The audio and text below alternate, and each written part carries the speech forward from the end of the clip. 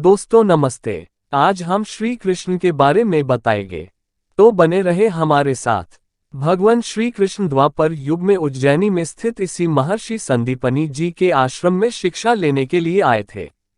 मध्य प्रदेश के उज्जैन में स्थित महर्षि संदीपनी का आश्रम ऋषि संदीपनी की वह तपोभूमि है जिसको द्वापर युग के समय से सारी दुनिया में धर्म, अध्यात्म और वैदिक शिक्षा प्राप्त करने के लिए सबसे उत्तम स्थान माना जाता आ रहा है।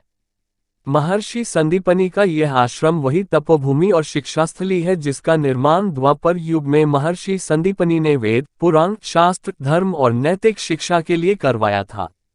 महाभारत, श्रीमद्भागवत, ब्रह्म पुराण तथा अग्नि पुराण जैसे महान ग्रंथों में भी संदीपनी की इस विद्यास्थली या आश्रम का उल्लेख मिलता है।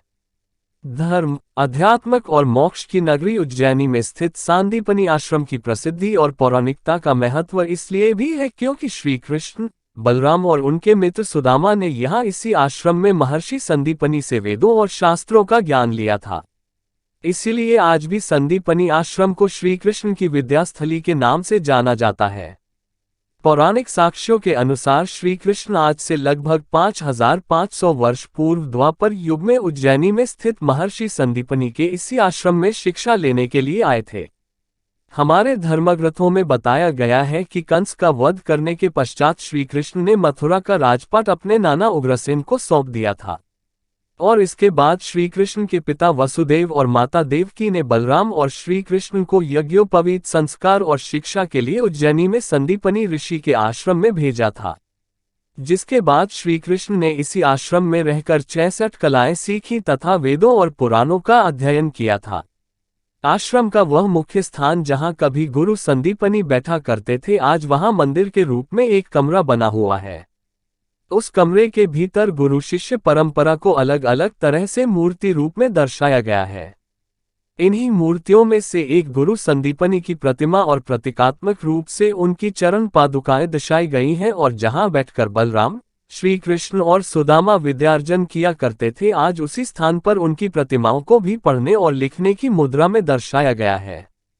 इस आश्रम की सबसे खास विशेषता भी यही है कि यहाँ बलराम, श्री कृष्ण और सुदामा को विद्यार्थियों के रूप में दिखाया गया है, जबकि इसके अलावा बलराम, श्री कृष्ण और सुदामा की यह अवस्था दुनिया में और कहीं भी देखने को नहीं।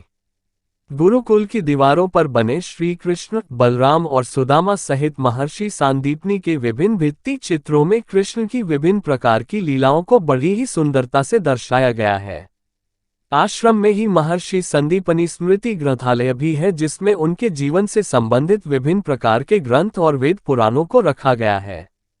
इसके अलावा आश्रम की ओर से इस ग्रंथालय को और अधिक विस्तार देने की योजना भी चल रही है, जिसमें प्राचीनतम शिक्षा प्रणाली और आधुनिक शिक्षा प्रणाली के विषय में विस्तार से समझाया जाएगा। वे कौन सी 64 कलाएं थी जो यहाँ पर सिखाई जाती थीं और भगवान श्री कृष्ण ने किस प्रकार से अपने विद्यार्थी जीवन में इस आश्रम को प्रसिद्ध किया आदि विषयों पर भी प्रकाश डाला जाएगा। आश्रम परिसर में ही मौजूद गोमती कुंड श्रद्धालुओं के लिए आकर्षण का केंद्र है। गोमती कुंड के विषय में मान्यता है कि श्री कृष्ण के आह्वान पर इस कुंड में पवित्र गोमती नदी का जल उत्पन्न हुआ था। इसके लिए श्री कृष्ण का उद्देश्य था कि उनके गुरु महर्षि संदीपनी को बार बार आश्रम से सैकड़ों मील दूर अन्य पवित्र स्थलों की यात्रा न करनी पड़े, इसलिए इसे गोमती कुंड के नाम से जाना जाता है। इसके अलावा पुराणों में गोमती कुंड को प्राचीन काल से ही आश्रम के लिए जल आपूर्ति का एक प्रमुख माध्यम माना गया है।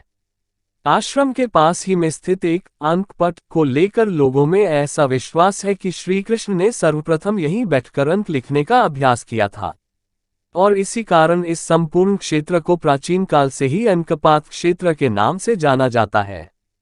उज्जैन में स्थित महर्षि संदीपनी का यह आश्रम शैव और वैष्णव दोनों ही परंपराओं को मानने वालों के लिए सिद्धपीठ माना जाता है।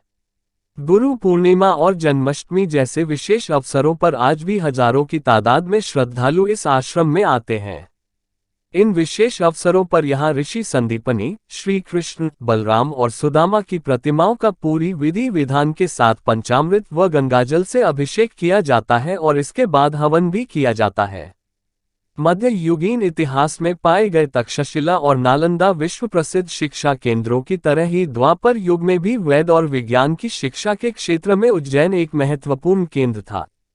विभिन्न वेदों और शास्त्रों में इस बात का जिक्र है कि उस समय ऋषि संदीपनी का आश्रम वेद और विज्ञान की शिक्षा के क्षेत्र में इतना प्रसिद्ध था कि दुनिया भर के छात्र इसमें शिक्षा लेने के लिए आया करते थे, और इसमें उस समय छात्रों की संख्या भी लगभग 10,000 से ज्यादा हुआ करती थी।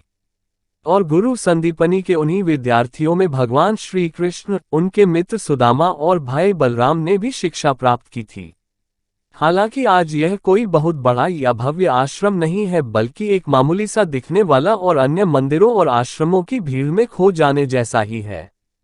हिंदू धर्म के लिए पवित्र और पौराणिक महत्व का होने के बावजूद यह आश्रम उपेक्षा का शिकार है और रखरखाव के नाम पर सरकार की ओर से यहाँ कोई विशेष योगदान नहीं है। हालांकि सन 2016 के सिंहस्थ कुंभ मेले को देखते हुए इस आश्रम में भी कुछ सौंदर्यीकरण किया गया, लेकिन फिर भी यहाँ का पवित्र गोमती कुंड विशेष मरम्मत, रखरखाव और साफ सफाई की मांग कर रहा है। एक छोटे से स्थान पर बना यह आश्रम हिंदू धर्म और अध्यात्म के लिए आज भी उतना ही महत्वपूर्ण है जितना कि द्वापर युग में हुआ करता था।